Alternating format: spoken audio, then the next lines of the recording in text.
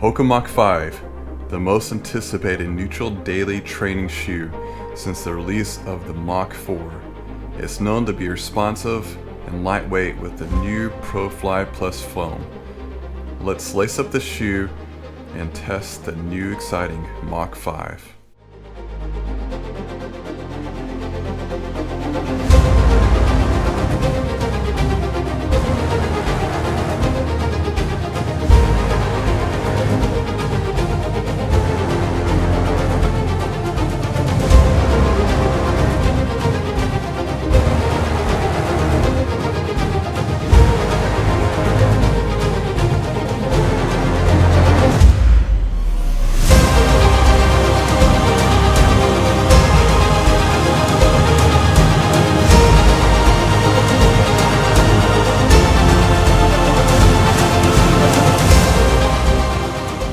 Today I ran 4 miles in the new Hoka Mach 5, and definitely a very exciting shoe to run, so I'm excited about discussing the shoe with everybody.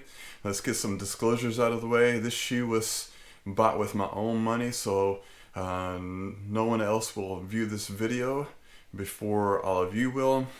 And so let's get started. Let's get started with the midsole. Definitely pretty excited about the midsole. And so we've got the ProFly Plus foam. Definitely very good foam. Pretty excited. Definitely you can feel the foam compress and expand whenever you're toeing off during the run. I really enjoyed that run.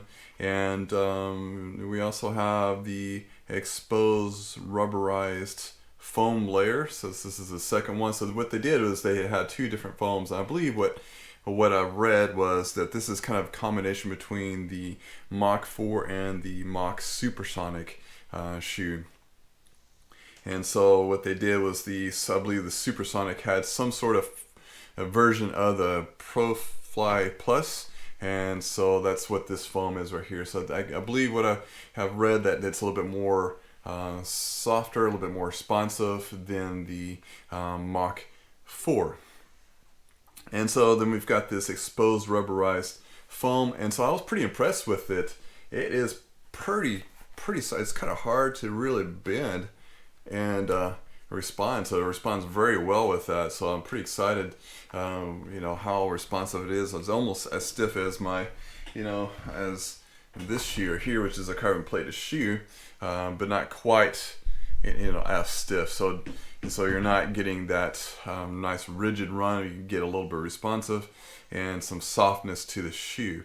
And so it does have an early stage meta rocker geometry with the shoe, which is I've ran in only other Hoka I've ran is the Cliftons. It doesn't have as much rocker as the Cliftons, but definitely very enjoyable to run in. Really enjoyed it. The outsole is what they did was it's a rubberized EVA foam, so it's the foam that's extended, and so there's exposed foam there too. So I know that there's been some concern about it, but definitely if you feel that foam, it's pretty rigid. So I'm anticipating that there will be a lot of miles that I can get out of this shoe here. So you can also see through you can see the exposed ProFly Plus foam here, as well as in the forefoot. There's kind of a cool view there of that shoe. The upper is very breathable. I really enjoy the upper because it seems like daily trainers are a lot of material, very heavy material. So this is called acryl jacquard engineered mesh. So I'm not sure what acryl is. I've heard the term jacquard before. So it's this type of woven material, and is see-through, and so it's a very light material there. Then also they have this anatomical Achilles lip here. So I really liked it. I feel like it had a nice good lockdown whenever I ran, and so it's didn't slip at all. So I was really impressed. My other shoe that I ran and not too long ago, the Nike Flyknit React Flyknit 3s did slip quite a bit, but these really fit around your ankle and very well fit with that. So and then also with the upper, there's a gusseted tongue, and so the tongue is very very thin. There is like a little bit of a plushness to the tongue here on the top as well as down where the laces are. I kind of like that design, so it did feel like a little cushion. I didn't feel like it was digging into me. The laces have these nice little ridges in them, and so they seem like they kind of lock down pretty good. I really enjoyed just the whole fit. It felt very comfortable. I wanted to keep on running in this shoe. That's what it was. I did more mileage in it than I wanted to today. What I did today was I did a 2-mile warm up in my speed work, and so a nice easy 2-mile run. Felt great on the shoe, on the foot. And then what I did is I did a mile repeat and a mile 800-meter repeat as well. So definitely very responsive with the shoe, and enjoyed it quite a bit. Definitely I'm excited to do more testing of this shoe. So we're going to do a review at 100 miles, so it may take me a little bit of time. It's still testing other shoes, or testing my other Nike Flyknits, trying to get up to 600 miles with that. Then we'll definitely do a lot more running in this shoe. Very excited with this shoe. So I'll probably be doing, I'm not sure what what type of workouts I'm going to be doing this in. I'm going to try some long runs in it, tempo runs, and some daily training easy runs as well too. So I'm very excited about that. And so let's go here, and you can kind of see that it is definitely a neutral shoe. All right guys, so let's go over the specs with this shoe. It is a men's size 9 is at 8.2 ounces. My size, which is the US 11, is a 9-ounce shoe. Women's size weight is size 8 is 6.8 ounces. And then the stack height, we've got 29 millimeters in the heel, 24 in the forefoot, which gives you a 5 millimeter drop, which is pretty typical for the Hoka type of shoe. It is true to size for me anyway. I know some people have said that this shoe is a little bit long.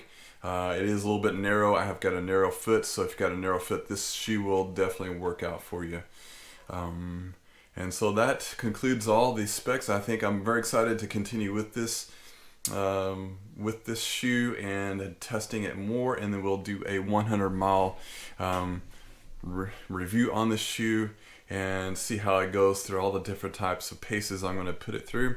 And again, we'll see what kind of, I'm not sure what type of mileage we can get out of this shoe. I'm thinking because of the exposed rubberized outsole, maybe 400, 500 miles. That's what I'm hoping for, and we'll go from that. And I think it's the same type of outsole that was on the Mach 5. So if you did get 500 miles out of the Mach 5, I'm anticipating getting 500 out of this as well. So the price point of this shoe is $139.95 through runningwarehouse.com. And so I believe I heard that this shoe is selling very quickly.